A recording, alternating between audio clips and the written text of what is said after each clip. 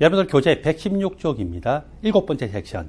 자발적인 과정을 판단할 때는 깁스 자유에너지를 가지고서 판단합니다.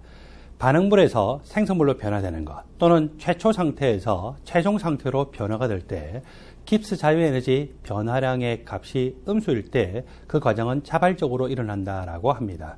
자, 여러분들 자료를 보시면은 이것은 화학에서뿐만 아니라 모든 자연현상에서 적용이 됩니다.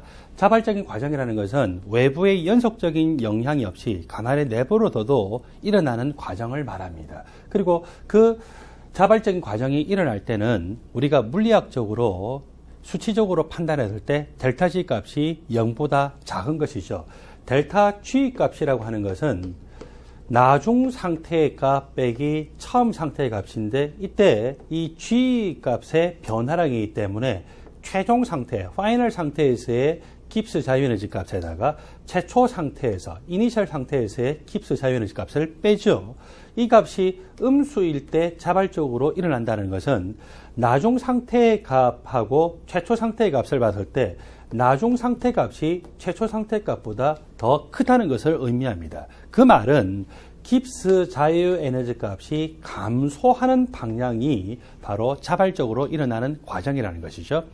이번에는 비자발적인 과정에 대해서 볼까요? 비자발적인 과정은 외부에서 연속적인 영향을 줘야만 일어나고 외부에서 연속적인 영향을 주지 않으면은 그대로 멈추거나 또는 더 나아가서 연속적인 영향을 줘서 일어났던 것이 다시 미끄러져 내려오는 현상이 일어납니다. 그것에 대해서 잘 설명하는 것이 여러분 밑에 동그라미 1번과 동그라미 2번에서 표현이 되고 있습니다.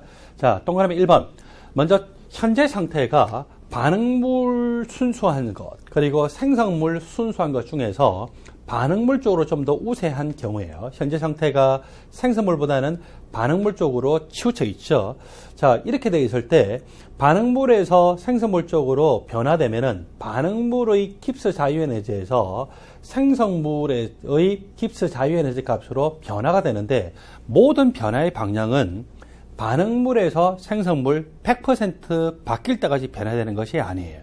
가만히 내버려뒀을 때 일어나는 자발적인 과정은 반응물에서 생성물 쪽으로 가다 보면은 깁스 자유에너지 값이 최소값을 가지는 이 상태가 있거든요.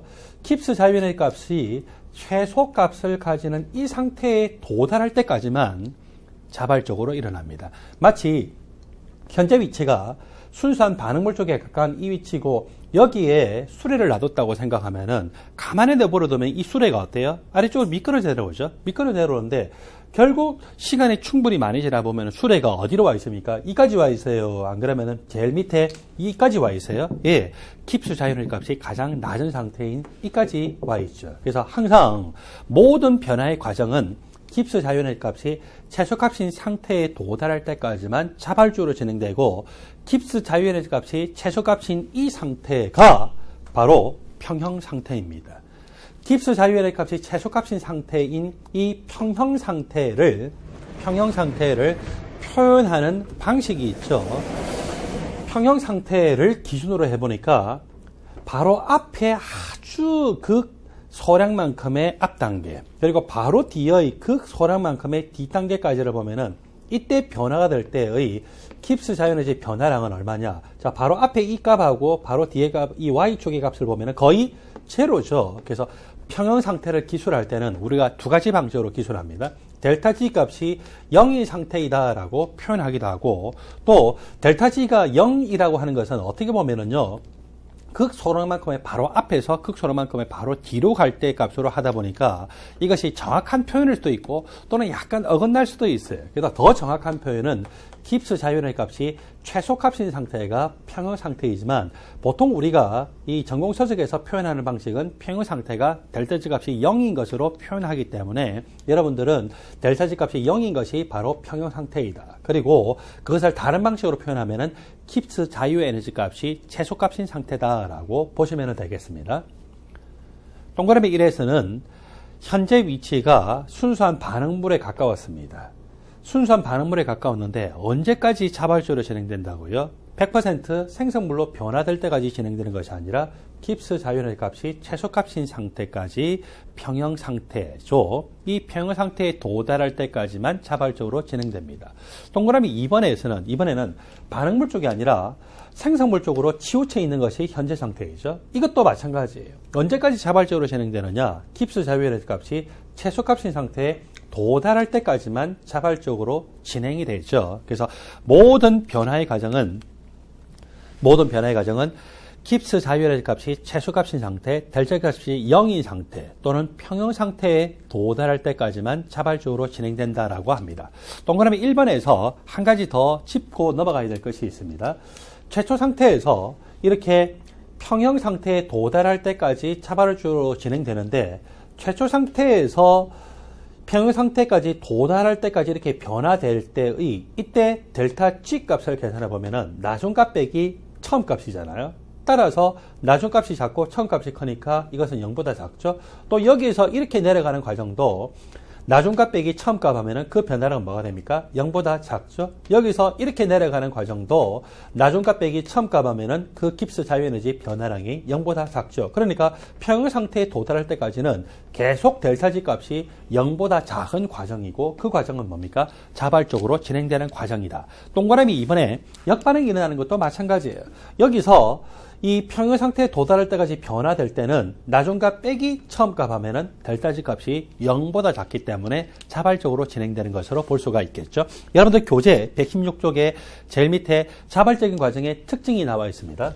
자발적인 과정은 항상 반응물에서 생성물로 100% 바뀔 때까지 진행되는 것이 아닙니다. 평형 상태에 도달할 때까지만 자발적으로 진행이 됩니다. 자, 그 다음에 자발적인 과정이라는 것은 외부에서 어떤 일을 하지 않아도 가만히 내버려둬도 일어나는 건데 비자발적인 과정은 반드시 외부에서 무슨 영향을 미쳐야 되겠죠? 그러면은 비자발적인 과정이라는 것을 조금 전에 우리가 했던 이걸 가지고 따져볼까요? 가만히 내버려두면은 동그라미 1번에서 점점 깁스 자유에너지 값이 작아지는 쪽으로 자발적으로 진행됐습니다. 그래서 이 수레가 이까지 내려왔다라고 생각해 볼까요? 이거를 깁스 자유연의 값이 높은 상태로 하기 위해서는 뭘 해야 될까요? 0차 이제 이러면서 미는 일을 해야 돼요.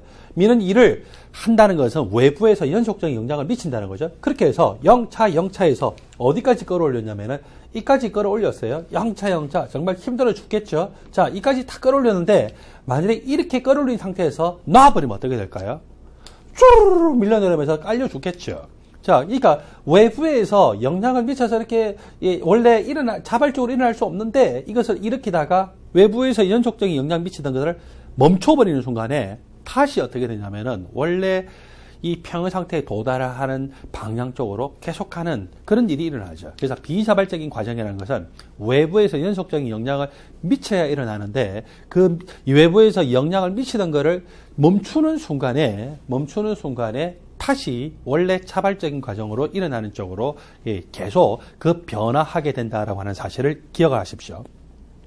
여러분들 교재 116쪽에 제일 밑에 보면은 이번에는 자발적인 과정의 특징 다가 있는데 자발적으로 일어난다라고 하는 것은 반응 속도가 빠르다 느리다는 것과는 직접적인 상관관계가 없습니다. 단지 우리가 경험적으로 뭐는 알고 있냐면요, 매우 자발적으로 잘 일어나는 과정은 일반적으로 반응 속도도 매우 빠른 편입니다. 이것은 정확하게 매치시킬 수 있는 건 아니고 경험적으로 우리가 알고 있을 뿐이죠. 그래서 이 반응 속도론적인 측면과 자발적으로 일어난다, 안 일어난다라고 하는 것은 직접적인 상관관계가 없다라고 하는 사실을 반드시 주의하시기 바랍니다. 그리고 자발적으로 일어난다라고 하는 것을 평형상수와는 직접적으로 영향을 서로 관계를 시킬 수가 있습니다.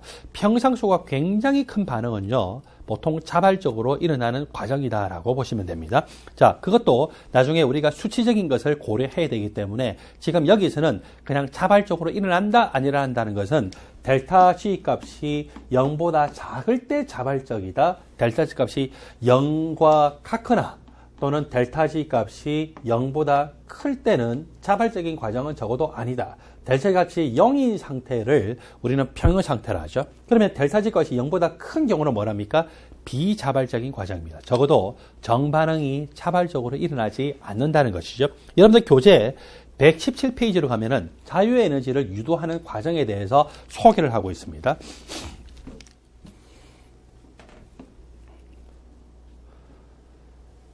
자유에너지는 G라고 표현합니다. G라고 하는 것을 깁스 자유에너지라고도 표현하고 깁스 에너지라고도 표현합니다. 자유에너지에 대해서 언급을 하기 위해서는 먼저 엔트로피에 대해서 생각해 봐야 됩니다. 화학 반응이 일어나는 개가 여기 있다라고 생각합시다. 삼각 플러스가 안에서 반응이 일어나고 있어요. 개를 제외한 나머지 부분을 주위 서라운딩스라고 표현합니다.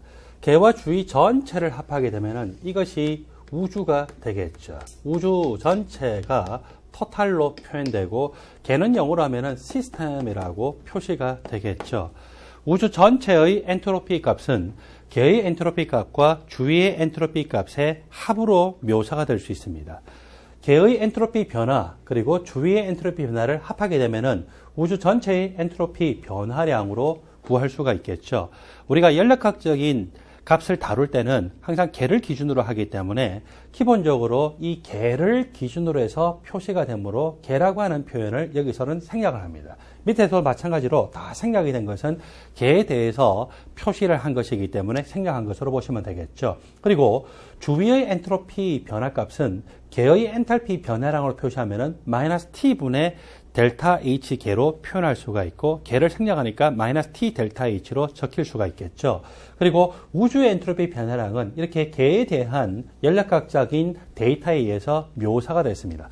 양변에서 마이너스 T가 곱해진다라고 하면은 마이너스 T 그리고 우주의 엔트로피 변화 이퀄 델타 H 빼기 T 델타 S로 표시가 될 수가 있습니다. 여기서 델타 H 빼기 T 델타 S를 델타 G라고 놓았어요. 자, 이렇게 놓는 것은 우리의 약속에 의해서 나타나는 것인데 마치 앞에서 델타 E 더하기 P 델타 V 내부 에너지 변화 더하기 P 델타 V를 뭐라고 놓기로 약속했나요? 델타 H라고 쓰자라고 약속을 했죠.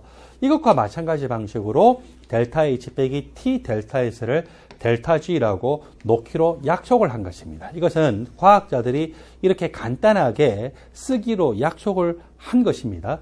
델타 H 빼기 T 델타 S가 델타 G로 표현되고 모두 개에 관한 연력학적인 데이터이기 때문에 델타 G도 개의 델타 G 값으로 나타나겠죠. 좌변은 그대로 마이너스 T 곱하기 우주의 엔트로피 변화인데 연력학 제2법칙에 의하면요 우주의 엔트로피는 항상 증가하는 것이 자발적입니다. 즉 자발적인 것의 절대적인 기준은 우주라고 하는 것은 우주라고 하는 닫힌 개의 엔트로피가 증가한다는 것이죠. 그러므로 우주의 엔트로피 변화량이 0보다 크다라고 하는 것이 자발적인 것의 절대적인 기준이 됩니다. 만일에 자발적으로 일어난다라고 표현을 하면은 우주의 엔트로피 변화량이 양수값이라는 겁니다. 절대 온도는 항상 양수죠. 마이너스가 곱해져 있기 때문에 이 전체 값은 항상 뭐가 됩니까? 음수라는 거죠. 자발적으로 어떤 변화가 일어난다는 것은 좌변이 음수값이라는 거예요. 이 콜이기 때문에 우변도 마찬가지로 음수라는 거죠. 그래서 자발적으로 어떤 변화가 일어난다라고 하면은 개의 델타 G 값이 0보다 작은 값이다 라고 하는 것을 의미합니다. 델타 G 값이 음수다 라고 하는 것은 델타 H 빼기 T 델타 S가 음수라고 하는 것과도 또 동일한 표현이라고 할 수가 있겠죠. 자, 그리고 여기서 우리가 이제 더 나아가서 델타 G 이꼴 델타 H 빼기 T 델타 S이기 때문에 양변에서 델타로 나눠준다면은 G 이퀄 H 빼기 TS로 표현할 수가 있습니다. 이렇게 해서 깁스 자유에너지 또는 줄여서 자유에너지 또는 깁스 에너지라는 것은 엔탈피 빼기 TS로 적힐 수가 있고, 개에서 그 변화의 과정이 자발적으로 일어난다라고 하는 것은 연력학 제2법칙에 의하면 우주의 엔트로피 변화량이 양수라는 거고, 개의 델타 G 값이 음수이다라는 것으로 정리가 될 수가 있습니다.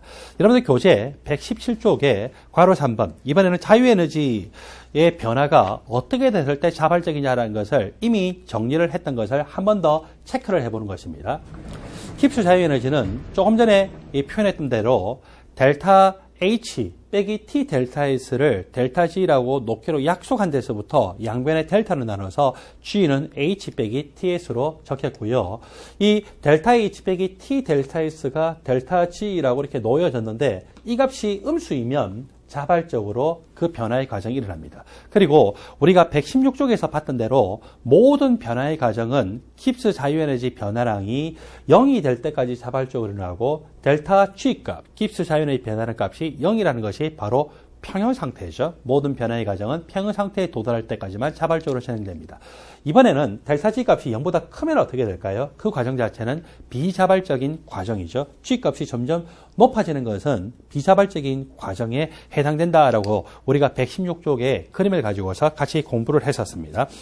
여기 간단한 예가 있습니다. 얼음이 있고 H2O 고체 상태에서 H2O 액체 상태로 변화가 됩니다. 우리가 알고 있기로 1기압 상태에서 물에 녹는 점이 몇 도냐면은 0도씨죠. 즉 273.15켈빈인데 우리가 유효 숫자를 3개만 쓴다고 해서 273켈빈으로 생각을 해서 따져볼까요? 273켈빈입니다. 0도씨이고 이 상태에서 H2O 고체와 H2O 액체가 공존하는 용융점 온도 상태이거든요. 만일에 고체에서 액체로 변화가 된다면은 분명히 물질의 상이 고체에서 액체로 변화되면 엔트로피가 증가되죠. 그래서 엔트로피 변화량이 양수라는 거예요. 그 다음에 고체에서 액체로 변화될 때는요, 그냥 변화가 되는 것이 아니라 열을 흡수를 해서 H2O 간의 수소 결합을 부분적으로 끊어야 돼요. 흡수를 한다는 것은 그 과정은 무슨 과정입니까? 바로 흡열 과정이라는 거죠. 거꾸로 H2O 액체 상태, 지금 0도씨 273.15켈빈 줄여서 273켈빈 했는데, 그 온도 상태에서 H2O 액체에서 온도는 변하지 않으면서 고체로 변화되려면 어떻게 되느냐? 액체에서 고체로 변화되면 일단 엔트로피가 감소합니다. 엔트로피 변화량이 음수죠. 그리고 액체에서 고체로 변화되려면 자기가 외부로 열을 뺏기면서 그 과정이 일어나죠. 자기가 외부로 열을 뺏기기 때문에 그 과정은 팔열 과정이고, 팔열 과정이니까 델타 H 값이 음수로 나타납니다. 그러니까 0도씨 상태, 용융 상태에서 H2O 고체에서 액체로 변화될 때는요, 엔트로피가 증가하는 과정이면서, 그리고 엔탈피가 증가하는 과정. 그리고 액체에서 고체로 변화되는 그 과정은 엔트로피가 감소하는 과정이고, 또 엔탈피가 감소하는 과정이라고 할 수 있겠죠. 이 상태는 고체와 액체가 공존할 수 있는 평형 상태입니다. 평형 상태에서 델타 G 값은 무슨 값입니까? 제로죠. 따라서 만일에 우리가 이 온도를 몰랐다라고 가정하면은 H2O 고체와 액체가 공존할 수 있는 온도가 몇 도일까라고 하는 것을 그때의 엔트로피 변화량과 엔탈피 변화량 값으로 구할 수가 있어요. 자, 왼쪽에서 오른쪽으로 변화되는 이 값을 그대로 적용해 봅시다. 또는 오른쪽에서 왼쪽으로 변화될 때 이 값을 적용해도 상관없지만, 어떤 값을 적용하나 이 H2O 고체와 액체가 공존할 수 있는 평형 상태의 온도인 용융점, 녹는 점의 온도를 우리는 이 식에 의해서 계산할 수 있습니다. 고체와 액체가 공존하는 평형 상태이기 때문에 델타 G 값이 제로입니다. 즉 델타 H 빼기 T 델타 S가 제로라는 것이죠. 마이너스 T 델타 S를 이항을 하고 난 다음에 그때 델타 H로 나눠주게 되면은 T라고 하는 것은 델타 S분의 델타 H죠. 왼쪽에서 오른쪽으로 변화되는 이 데이터 값을 대입하면은 델타 H는 플러스 6.01kJ/mol, 그리고 델타 S는 22.0 J/Kelvin/몰인데 밑에가 킬로줄이니까 이것도 킬로줄 단위로 환산하면은 이 22.0을 1000으로 나눠주면 되겠죠. 그래서 0.0220 이렇게 나타나고, 이렇게 계산해 보니까 213켈빈이 나오더라는 거죠. 우리가 평형 상태에서의 온도를 모른다라고 하면은 델타 G 이퀄 델타 H 빼기 T 델타 S에서 평형 상태에서는 델타 G 값이 제로이기 때문에 이 값 전체가 제로가 돼야 되고 이 데이터와 이 데이터를 알면은 이 절대 온도 값, 평형 상태에서의 온도를 계산할 수도 있다라고 하는 것을 이 간단한 예에서 볼 수가 있었습니다. 여러분들 교재 118쪽으로 가면은요, 온도에 따라서 델타 G 값의 부가 결정이 될 때 크게 영향을 미치는 두 가지 인자를 볼 수가 있어요.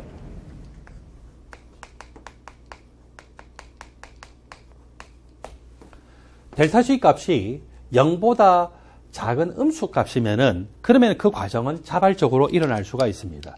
그때 이 값이 음수가 될 때는 델타 H가 지배적으로 영향 미쳐서 음수가 될 수도 있습니다. 또는 이번에는 델타 S가 지배적으로 영향 미칩니다. 그 말은 마이너스 T 델타 S가 지배적으로 영향을 미쳐서 델타 G 값이 음수가 될 수도 있겠죠. 그러면 델타 H가 지배적으로 영향을 미치는 대표적인 반응, 메테인이라고 하는 연료가 산소와 반응하는 연소 반응이 이루어져서 이산화탄소와 H2가 됩니다.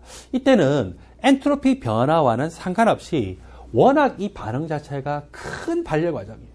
워낙 이 값이 큰 발열 과정이기 때문에 델타 H 빼기 T 델타 S에서 이 값이 얼마인지는 몰라요. 이 값이 얼마인지는 모르지만 이 값 자체가 너무너무 큰 음수이기 때문에 이 값이 음수가 되건 양수가 되건 이 마이너스가 전체를 지배를 해서 전체 델타 G 값을 뭐가 되게 만들더라고요. 음수가 되도록 만드는 대표적인 반응이죠. 이번에는 엔트로피 변화가 전체 과정을 지배한다. 즉 마이너스 T 델타 S가 전체 과정을 지배하는 경우인데 N2O4가 분해가 되어서 NO2로 되는 이 과정, 기체의 몰수가 1몰에서 2몰로 변화되니까 이것은 확실하게 엔트로피가 증가하는 과정에 해당이 되죠. 그래서 엔트로피가 확실하게 증가하는 과정에 해당이 되는데, 자, 이때 엔탈피 변화 값으로 보면은 이 값은 지금 발열 과정입니까? 흡열 과정입니까? 분자가 쪼개져 가지고 이렇게 두 개의 분자로 변화가 되는, 또는 1몰이 쪼개져 가지고 2몰의 분자로 변화가 되기 때문에 확실하게 이 과정은 흡열 과정에 해당돼요. 자, 흡열 과정이니까 이 과정이 잘 일어날 수가 없을 거라고 생각할 수 있죠. 델타 H not 빼기 T 델타 S not에서 흡열 과정이니까 이 값이 양수예요. 이 값이 양수면은 전체 델타 G 값이 뭐가 될 거라고요? 양수가 되지 않을까라고 생각하지만 그게 안 그렇다는 거죠. 기체 몰수가 1몰에서 2몰로 변화되면서 엔트로피가 확실하게 크게 증가되고 이 값이 양수죠. 그리고 이 과정이 일어날 때의 절대 온도를 대입해 보니까 뒤에 있는 이 값 전체가 너무나도 절대값이 큰 음수라서 이 음수가 이 양수를 상쇄하고도 델타 G 값을 뭐가 되게 만들더라고요. 음수가 되게 만들면서 이 과정이 자발적으로 일어날 수도 있죠. 그래서 보통은 자발적으로 일어나기 위해서 델타 G 값이 음수가 돼야 되는데 델타 H와 델타 S가 모두 이 값을 음수가 되게 만들 수도 있지만 둘 중에 한 개가 지배적으로 영향 미쳐서 델타 G 값이 음수가 되게 만들 수도 있다라고 하는 내용들을 여러분들이 기억을 하시기 바랍니다. 여러분들 교재 119쪽에 보면은 간단한 예제 문제가 있습니다. 예제 문제를 같이 풀어봅니다. 여러분들 교재 118조 네 번째, 온도에 따른 델타 G 값이 어떻게 변화될 건가를 보는데, 그때 델타 H가 지배하는 경우가 있고 델타 S가 지배하는 경우가 있습니다. 델타 G라고 하는 것은 델타 H 빼기 T 델타 S인데 델타 H가 확실하게 절대값이 큰 음수이기 때문에 델타 G 값을 음수가 되게 만들 수도 있습니다. 또는 델타 H와는 상관없이 델타 S 값이 확실하게 큰 양수이기 때문에 마이너스 T 델타 S 전체가 음수가 되어서 델타 H 값이 양수거나 음수거나 상관없이 델타 G 값 전체를 음수가 되게 만들 수도 있습니다. 메테인 기체와 산소가 반응해서 이산화탄소와 H2가 생성되는데 이때 기체 3몰이 반응을 해서 기체 1몰이 생성되는 반응이죠. 기체의 몰수가 3몰에서 1몰로 변화가 되면은 확실하게 그때는 엔트로피 값이 감소합니다. 엔트로피가 감소한다는 것은 델타 S 값 자체가 음수가 되겠죠. 이 값이 음수가 되면은요, 델타 H 빼기 T 델타 S가 델타 G 값인데 델타 S가 음수가 되어버리니까 마이너스 T 델타 S 전체가 양수가 되죠. 이 값이 양수가 되는 것은 델타 G 값이 음수가 되는데 저해가 되는 거예요. 그런데 이 반응은 대표적인 이 연료인 메테인이 산소와 반응하는 연소 반응이고, 연소 반응은 일반적으로 굉장히 큰 발열 과정이죠. 이 반응 자체가 너무 큰 발열 과정이기 때문에 델타 H 전체 값이 음수고, 이 양수 값을 상쇄를 하고도 아직도 델타 G 값이 뭐가 되게 만들더라고요? 음수가 되게 만들더라는 거죠. 그래서 연료가 산소와 반응하는 완전 연소 반응 같은 경우에는 엔트로피 증가하거나 감소하거나 상관없이 워낙 큰 발열 과정이기 때문에 일반적으로 그 과정은 굉장히 자발적으로 잘 일어나는 반응에 해당됩니다. 이번에는 N2O4라고 하는 분자가 쪼개져서 NO2로 변화가 되는 과정입니다. 이때는 기체 1몰이 기체 2몰로 변화가 되고 있죠. 기체의 몰 수가 증가한다라고 하는 것은 엔트로피가 증가하는 과정이고, 델타 S 값이 0보다 큰 과정에 해당이 되죠. 분자가 쪼개지는 과정에 열을 흡수해야 되기 때문에 이 과정은요, 흡열 과정에 해당이 됩니다. 흡열 과정이니까 델타 H 빼기 T 델타 S에서 이 값이 양수에 해당이 되죠. 이 값이 양수면은 델타 G 값을 음수가 되게 만듭니까? 양수가 되게 만듭니까? 양수가 되게 만들려고 하겠죠. 그런데 엔트로피가 크게 증가하기 때문에 엔트로피 변화량 값이 양수고 마이너스 T 델타 S 값 전체가 음수가 되어서 이 음수가 이 양수를 상쇄하고도 전체 델타 G 값을 뭐가 되게 만들더라고요? 음수가 되게 만들더라는 거죠. 그래서 델타 G 값이 음수가 되게 만드는 데는 이 델타 H와 델타 S가 모두 영향을 미칠 수 있지만, 또는 둘 중에 한 개가 지배적으로 영향을 미칠 수도 있습니다. 그러면 더 나아가서 여러분들 교재 118쪽 아래쪽을 보니까 델타 G 값에 영향을 미칠 때 델타 H 값이 음수냐 양수냐, 그리고 델타 S가 음수냐 양수에 따라서 어떻게 영향을 받을까라고 하는 것이 정리가 되어 있습니다. 델타 H 값이 음수라는 것은 발열 과정입니다. 델타 H 값이 양수라는 것은 흡열 과정입니다. 델타 S가 양수라는 것은 엔트로피가 증가하는 과정이고, 델타 S가 음수라는 것은 엔트로피가 감소하는 과정이라는 것이죠. 델타 S는 그 자체 그대로 쓰이기보다는 위에서 보니까 마이너스 T 델타 S 형태로 사용이 되고 있습니다. 자, 이렇게 해서 보는데 그 과정이 발열 과정, 즉 델타 H 값이 음수이고요. 그리고 그 과정이 엔트로피 증가한다. 마이너스 T 델타 S 값 자체가 결국 음수가 되게 만들면 앞에 항도 음수고 뒤에 항도 음수니까 델타 G 값 전체가 뭐가 됩니까? 음수가 되죠. 이것은 온도가 높거나 낮거나 상관없이 항상 델타 G 값이 음수가 되기 때문에 이 과정은 자발적으로 일어납니다. 정리해 볼까요? 발열 과정이면서 엔트로피가 증가하는 과정은 온도가 높거나 낮거나 상관없이 항상 그 과정은 자발적으로 일어납니다. 그러면 거꾸로 이번에는 이 과정이 흡열 과정이면서 엔트로피가 감소하는 과정은 델타 H가 양수고 델타 S가 음수죠. 즉 마이너스 T 델타 S가 양수가 되게 되는데, 델타 G를 결정하는 요소는 델타 H 빼기 T 델타 S였어요.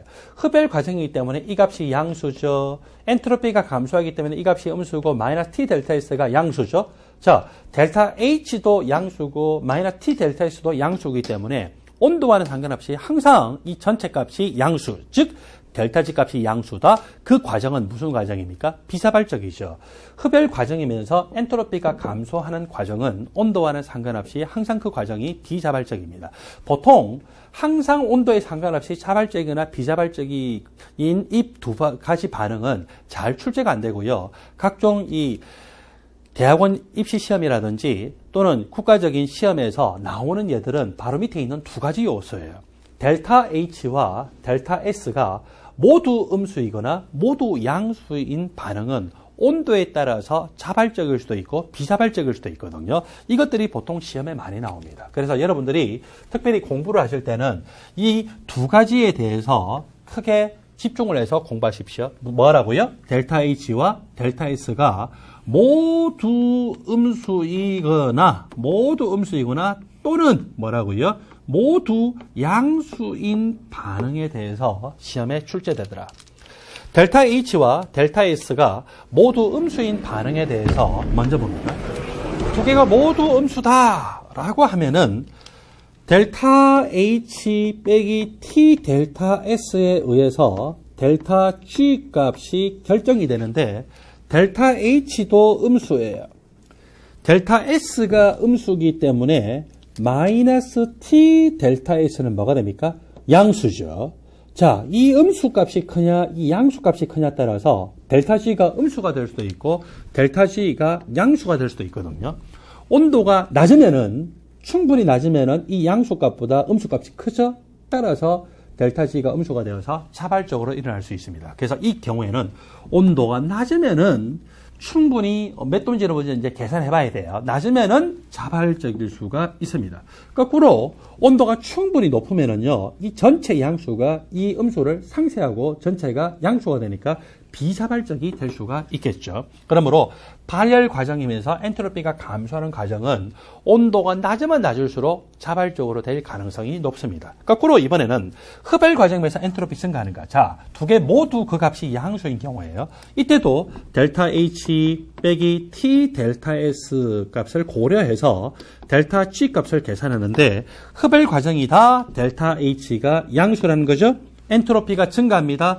델타 S가 양수죠. 그러므로 마이너스 T 델타 S 전체가 뭐가 됩니까? 음수가 되겠죠. 온도가 낮으냐 높으냐에 따라서 이 양수가 클 수도 있고 이 음수가 클 수도 있는데, 자, 음수가 돼야 전체 과정이 자발적으로 일어나잖아요. 그러면 어떻게 될까요? 온도가 높아야 돼요. 온도가 충분히 높으면은 이 전체 음수 값이 이 전체 양수를 상쇄하고도 전체가 음수가 되기 때문에 자발적으로 일어날 수가 있겠죠. 자발적으로 일어날 수 있습니다. 근데 온도가 어떤 일정한 임계 온도보다 낮아져 버리면은 이 전체 음수가 전체 양수보다 더 작은 절대값을 나타내어서 전체 값은 양수가 되니까 비자발적으로 될 수가 있겠죠. 여러분들 시험에서 중요한 것은 바로 델타 H와 델타 S가 모두 음수이거나 모두 양수인 경우고, 모두 음수인 경우는 온도가 낮으면 낮을수록 자발적으로 될 가능성이 높고, 모두 양수인 경우는 온도가 높으면 높을수록 자발적으로 일어날 수가 있습니다. 자, 이 부분에 대해서는 우리가 뒷부분에서 다시 한 번 더 체크를 하도록 합니다.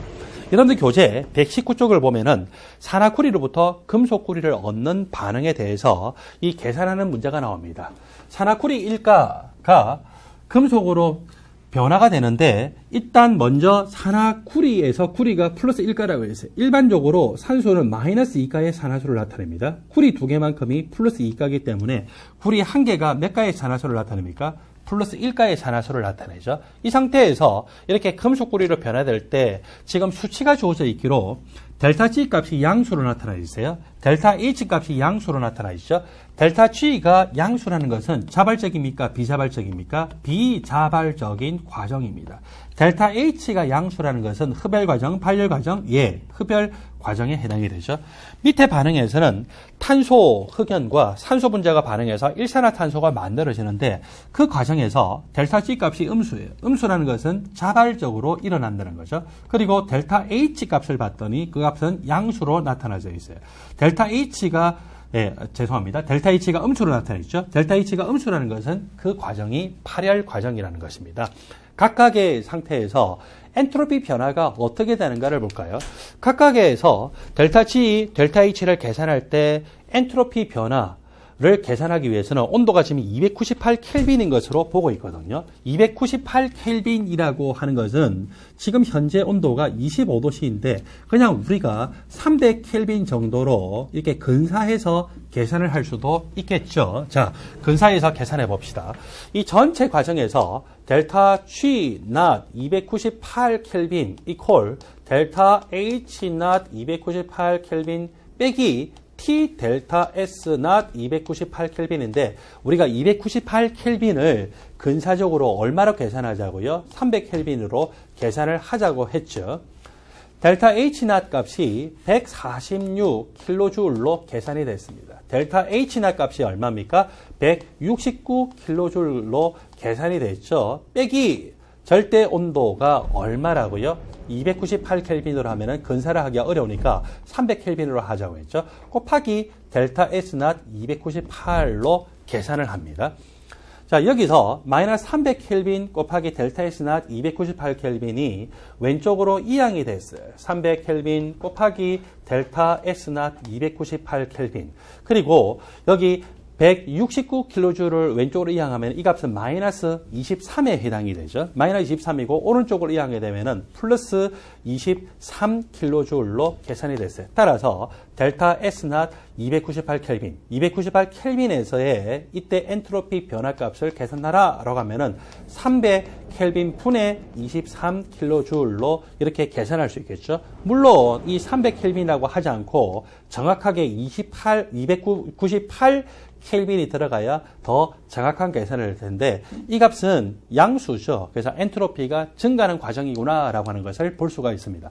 우리가 상식적으로 알고 있는 것과 잘 일치가 되는데 반응물에는 기체가 하나도 없었어요. 그런데 생성물에 기체가 2분의 1몰이 존재하죠. 그러면은 기체의 몰수가 증가하는 것이기 때문에 엔트로피가 증가하지 않을까라고 생각했는데 그것과 잘 일치가 되는 데이터입니다. 그 다음에 나 반응을 볼까요? 나 반응도 똑같은 방식으로 해서 우리가 엔트로피 변화 값을 계산해 볼까요? 델타 G0 298켈빈 이퀄 델타 H0 298켈빈 빼기 T 곱하기 델타 S0 298켈빈 이렇게 계산을 할 수가 있겠죠. 델타 G0이 얼마요? 마이너스 137kJ 그리고 델타 H0 값이 마이너스 111kJ로 계산되고 여기 절대온도 값을 298켈빈으로 저렇게 계산할 수도 있는데 298켈빈으로 계산하면 근사하기 어려우니까 약 근사적으로 300켈빈인 것으로 생각하고서 계산을 해봅시다. 그리고서 델타 S0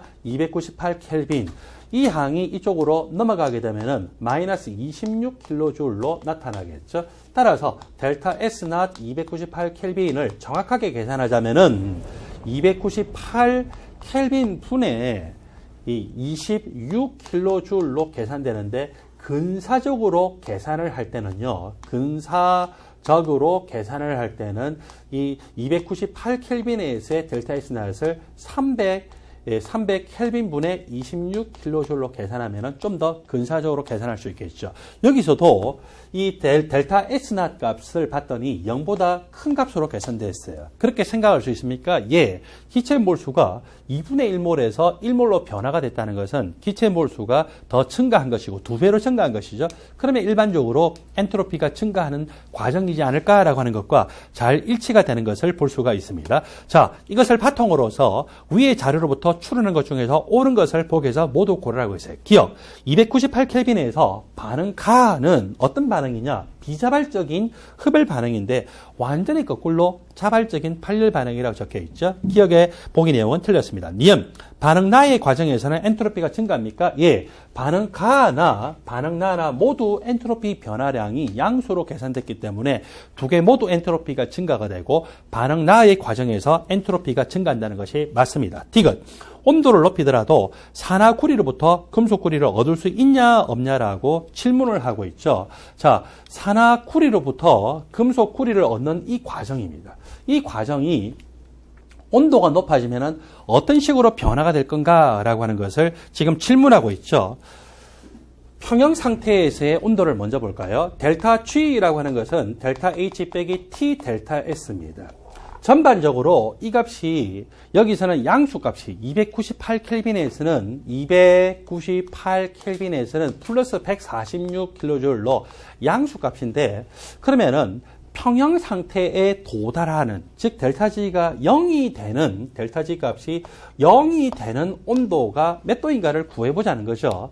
델타 H0이 얼마요? 예, 169kJ로 나왔어요. 그 다음에 델타 S 값이 여기서는 정확하게 하면 298분의 23인데 근사적으로 하면은 300분의 23 이 정도로 계산을 할 수도 있겠죠. 자, 정확하게 하면 298분의 23으로 계산이 됐습니다. 그렇게 하면은 이때 절대 온도가 얼마가 되면 전체가 0이 될까요? 예. 절대 온도를 구해보니까 이때 절대 온도 값이 약 2189 켈빈이니까 거의 1900도씨 정도가 되는 것을 볼 수 있습니다. 이 온도가 되면은 어떻게 돼요? 예, 이 값이 0이라는 것을 만족하고 그렇다면은 이 온도 값이 2189 켈빈보다 더 높아지면 어떻게 되냐? 충분히 이 값보다 더 크게 높아지면은 뒤에 있는 값이 음수인데 이 음수가 어때요? 이 양수를 상쇄하고도 전체가 어떻게 되더라? 음수가 되게 만들어질 수가 있겠죠. 그러면은 자발적으로 일어나면서 정반응이 일어나니까 뭐가 얻어질 수 있습니까? 구리가 얻어질 수 있죠. 가 반응이 298켈빈, 즉 25도씨 근처에서는 충분히 이 델타 G 값이 양수라서 비자발적인데 온도가 2189 켈빈보다 충분히 더 크게 되면은 전체 이 델타 G 값이 음수로 되면서 자발적으로 일어날 수 있습니다. 금속구리가 결국 이 온도가 충분히 높으면 얻어질 수도 있는데 얻어질 수 없다고 했기 때문에 여기 T가 대해 설명은 틀렸습니다. 이 예제 문제에서는 이연의 설명만 옳기 때문에 답은 2번입니다. 여러분들 교재 120쪽을 봅니다. 120쪽을 보면은요, 델타 G naught 값을 계산을 할 때 델타 G F naught 값을 이용하는 부분에 대해서 소개를 하고 있습니다.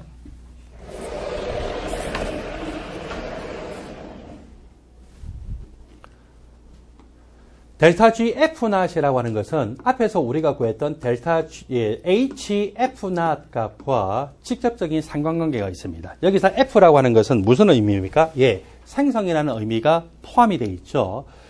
표준 생성 엔탈피인 것처럼 이것도 표준 생성 깁스 자유에너지, 줄여서 표준 생성 자유에너지라고 합니다.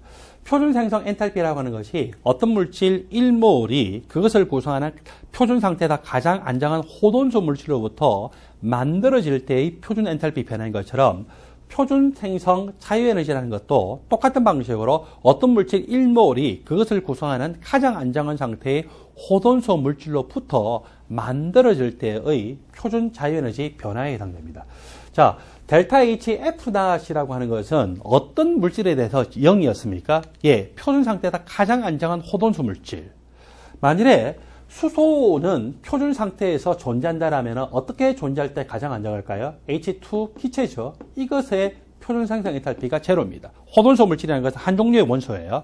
산소로만 구성되어 있는 호돈소 물질 중에서 표준 상태에다 가장 안정한 상태의 물질은 뭘까요? 산소 분자입니다. O2 분자 기체가 표준 생성 엔탈피가 제로.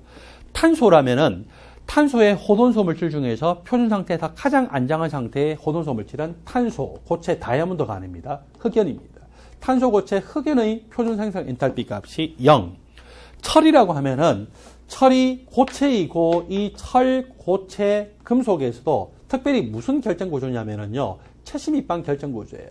그때 그것의 표준 생성 엔탈피 값이 0입니다. 왜 이것들의 값이 0이냐면은 표준 상태에서 가장 안정한 호돈소 물질의 표준 생성 엔탈피를 0으로 놓기로 과학자들끼리 약속을 한 거예요. 그거를 기준으로 해서 상대적으로 다른 것들의 표준 생성 엔탈피 값을 결국 구하게 되는 것이죠. 델타 G F naught 값도 마찬가지 방식입니다. 자, 델타 G F naught 값이 0인 것은요, 델타 H F naught 값이 0인 물질들입니다.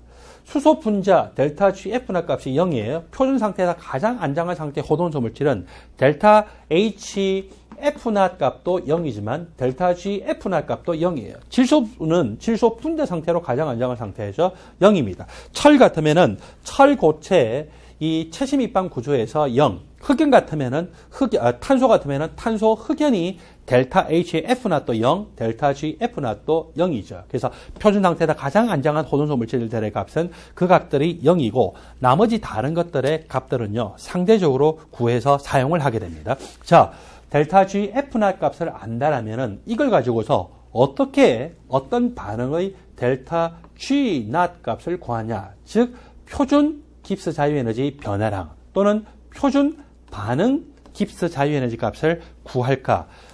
이것을 이용해서 표준 엔탈피 변화 값을 구할 때와 비슷한 공식을 사용을 하게 되겠죠. 어떤 반응의 표준 자유에너지 변화를 구하라 라고 하면 그것은 생성물의 표준 생성 자유에너지의 합 빼기 반응물의 표준 생성 자유에너지의 합을 해서 구하게 됩니다.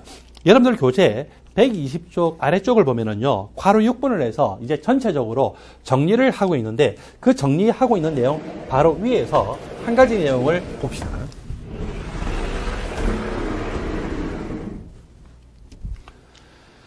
산화철이 일산화탄소와 반응을 해서 순수한 철과 이산화탄소가 만들어지는 반응입니다. 이 반응에 표준 자유에너지 변화를 구하라 라고 하면은 생성물의 표준 생성 자유에너지의 합 빼기 반응물의 표준 생성 자유에너지의 합입니다.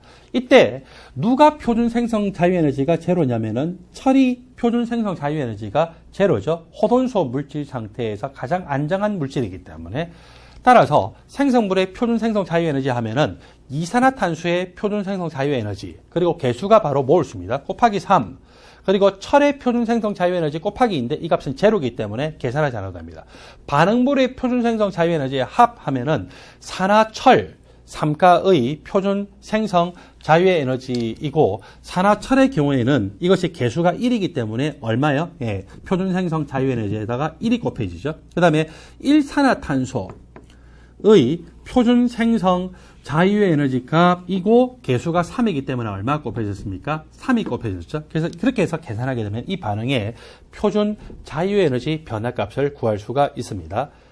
괄호 6번에서는 어떤 반응의 표준 엔탈피 변화, 표준 엔트로피 변화, 표준 자유에너지 변화를 구하는 공식을 한꺼번에 다 정리를 하고 있습니다.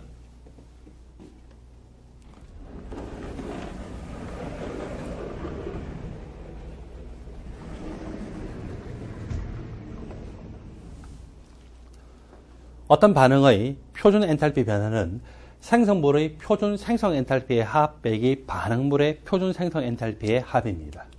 어떤 반응의 표준 엔트로피 변화는 생성물의 표준 몰 엔트로피의 합 빼기 반응물의 표준 몰 엔트로피의 합입니다.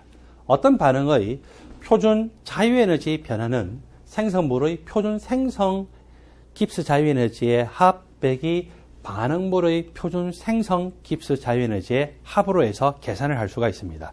여러분들 교재 121페이지에 보면은 괄호 7번 자유에너지 변화와 물질의 조성 평형상수의 관계가 소개가 되고 있습니다.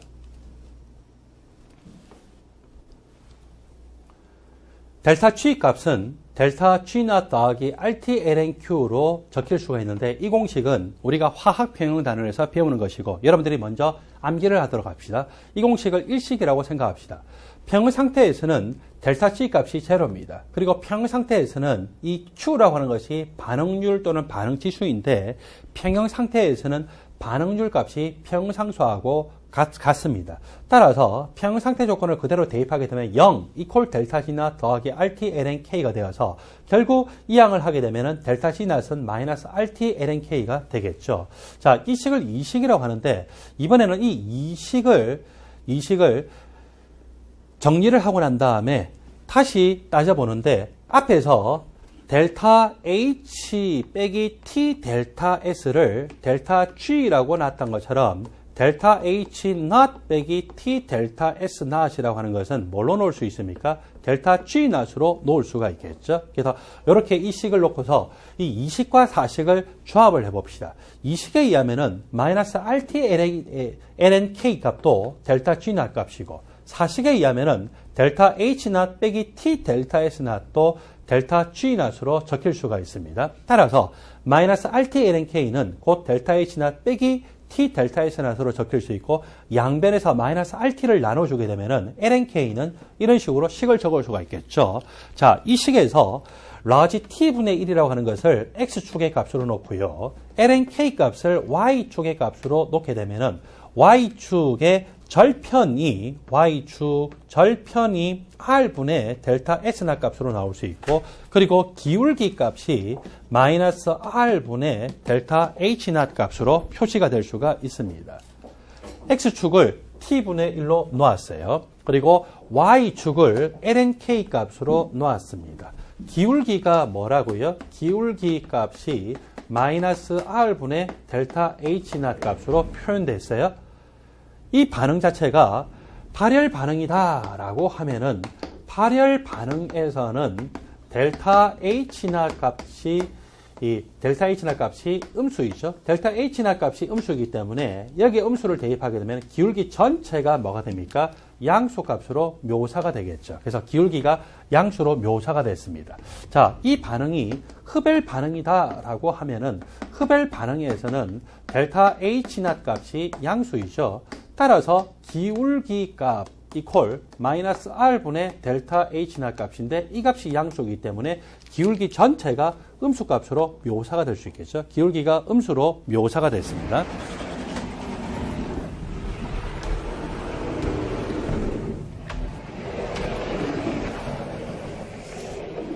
이 직선식에서 Y축 절편은 R분의 델타 S나 값으로 묘사가 됐습니다.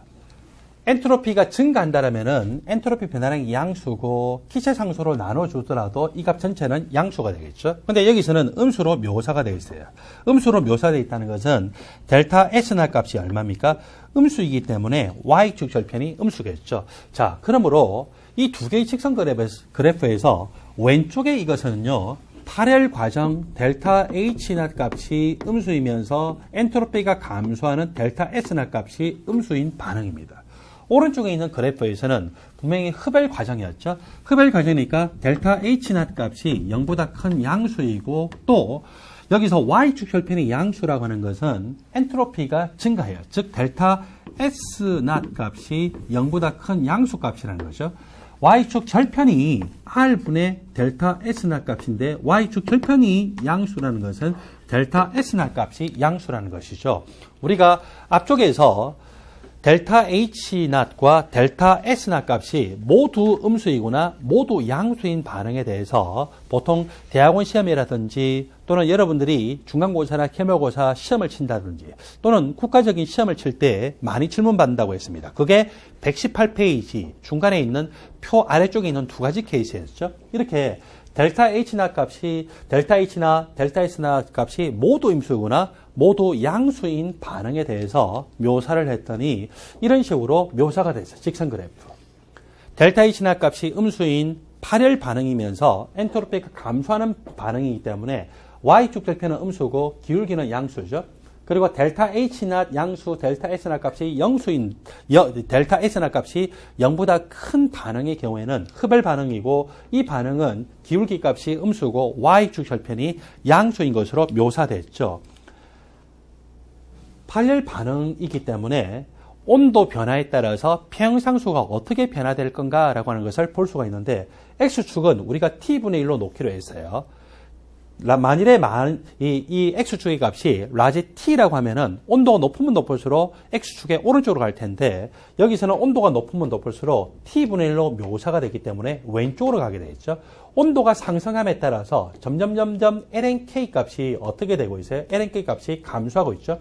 LNK 값이 감소하는 반응이라는 것은 또 K 값이 감소하는 반응이거든요. 그러므로 우리는 발열 반응은 온도가 높으면 높을수록 평형상수 K 값이 작아지는 거구나. 그리고 흡열 반응은 정반대입니다. 온도가 높으면 높을수록 이 X축에 이 왼쪽으로 가게 되는데 온도가 높으면 높을수록 LNK 값이 커지죠. LNK 값이 커진다라고 하는 것은 K 값이 커지는 거예요. 그러므로 흡열 반응의 경우에는 온도가 높으면 높을수록 평형상수가 커지는 거구나 라고 볼 수 있습니다.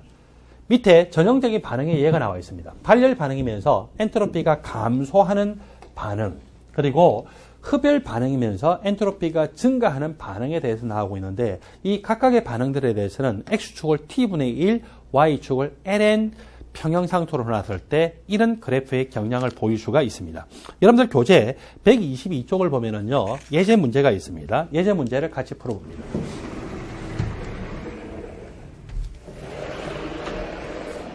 표는 아래 반응에 관련된 물질에 대한 25도씨에서의 표준 생성 엔탈피 그리고 표준 엔트로피 값이 주어져 있습니다.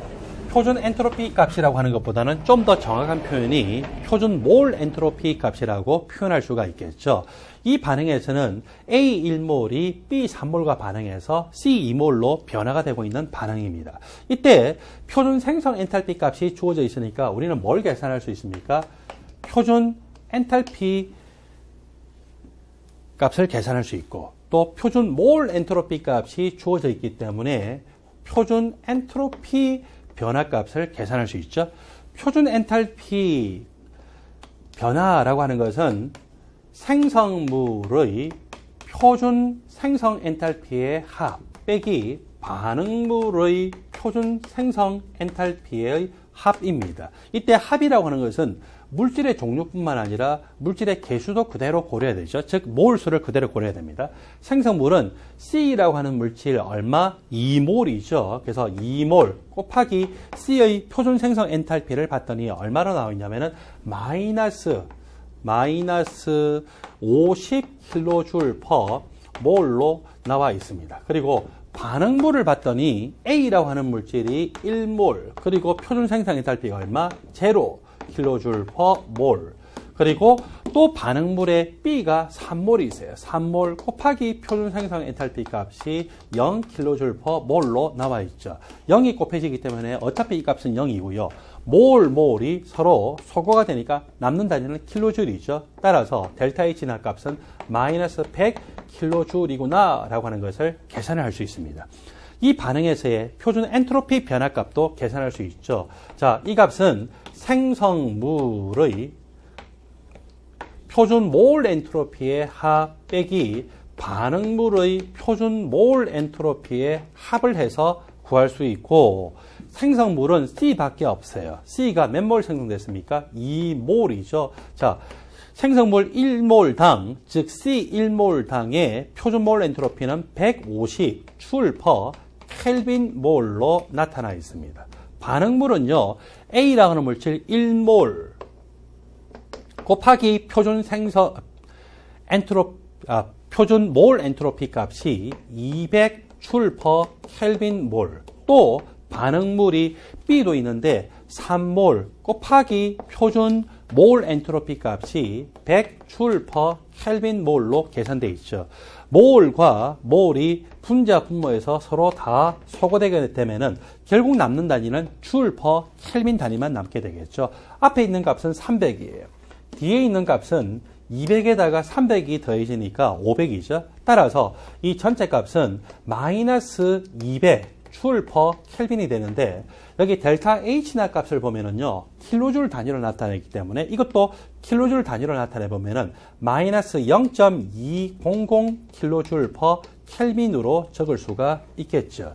자, 이 반응은 델타 H나 값이 0보다 작은 음수입니다. 음수라고 하는 것은 무슨 과정입니까? 발열 과정이죠. 이 반응에서 엔트로피 변화값을 갖더니 또 음수예요. 이 음수라고 하는 것은 이 과정에 의해서 엔트로피가 감소하는 과정이라고 할 수가 있겠죠. 우리가 바로 앞에서 배웠던 직선 그래프, X축을 T분의 1로 놓고요, Y축을 ln 평형상수로 놨을 때 Y축 절편이 어떻게 된다고 했냐면 R분의 델타 S나 값이에요. 여기서는 델타 S나 값이 음수이기 때문에 R분의 델타 S나 전체가 0보다 작은 음수죠. lnk 값이 0을 기준으로 음수 양수인데, 일단 Y축 절편값은 음수 어떤 값이구나 라고 볼 수 있습니다. 그리고 기울기 값은 어떻게 놓을 수 있습니까? 기울기 값은 이 직선 그래프에서 마이너스 R분의 델타 H낫이었고, 델타 H낫 값이 음수죠. 전체 기울기는 뭐가 됩니까? 양수가 되겠죠. 그래서 기울기가 양수인 이런 그래프가 됐습니다. 이런 그래프에서는 온도가 상승하는 쪽이 왼쪽으로 갈수록 상승하는 방향에 해당되는데, 온도가 상승하면 상승할수록 lnk 값이 어떻게 됩니까? 감소하죠.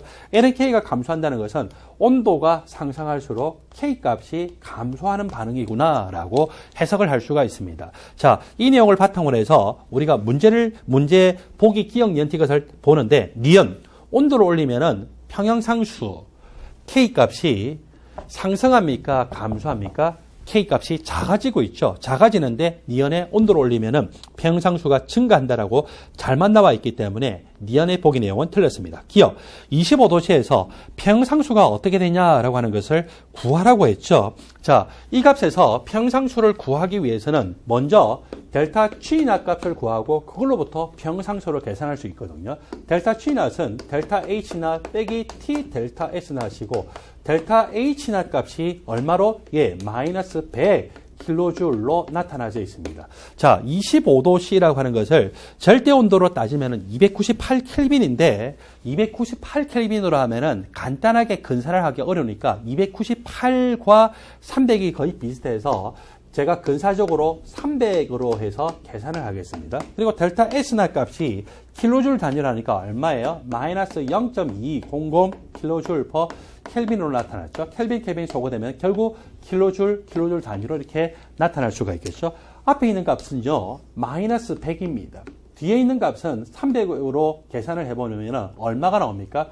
예, 마이너스 60으로 나오고 여기 마이너스 표시가 있기 때문에 전체적으로 양수가 되겠죠. 그래서 플러스 60 정도가 나오거든요. 그러면 마이너스 100 그리고 플러스 60이니까 전체 값은 얼마? 마이너스 40킬로줄로 계산이 될 수가 있겠죠.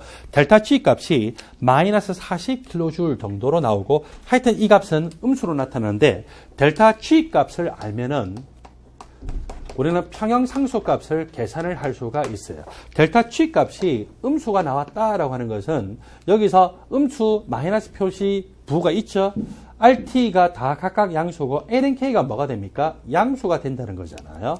LNK가 양수가 됐다라고 하는 것은 LNK 값이 양수라는 것은 K 값이 뭐보다 크다? K 값이 1보다 크다라고 나타날 수 있습니다. 그래서 25도씨에서 평형상수는 1보다 크다라고 하는 보기 기억의 설명 내용이 옳습니다.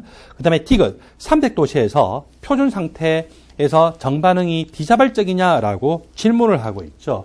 자, 이 반응에서 자발적이냐 비자발적이냐라고 하는 것을 계산하기 위해서는 델타 G나 값을 계산해야 되고 델타 G낫은 델타 H나 빼기 T 델타 S낫으로 계산하는데 델타 H낫 값은 여기서 얼마로 계산됐냐면요.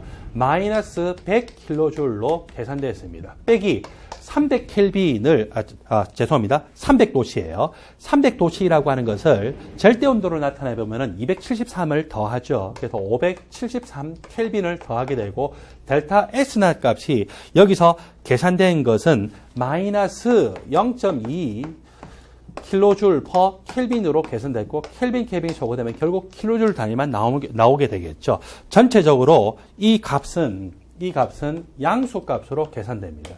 0.2를 이렇게 곱하게 되면은 0.2 곱하기 573 한 것이 이 100보다는 더 큰 숫자가 나오게 되는데 이 값은 음수 값이에요. 마이너스 그리고 또 마이너스 보여지니까 양수고 뒤에 있는 양수의 값이 이 앞에 있는 음수 값보다 더 크게 나오죠. 그래서 전체적으로 이 값은 양수가 나오고 델타 G낫 값이 0보다 크기 때문에 이 과정은 무슨 값이더라? 예, 비자발적이다라고 표현하게 되겠죠.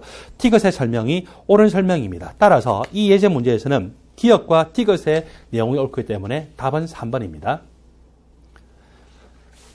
다음 시간에는 우리가 6장 기체, 액체, 고체와 상평온도를 계속 진행하면서 공부하겠습니다. 감사합니다.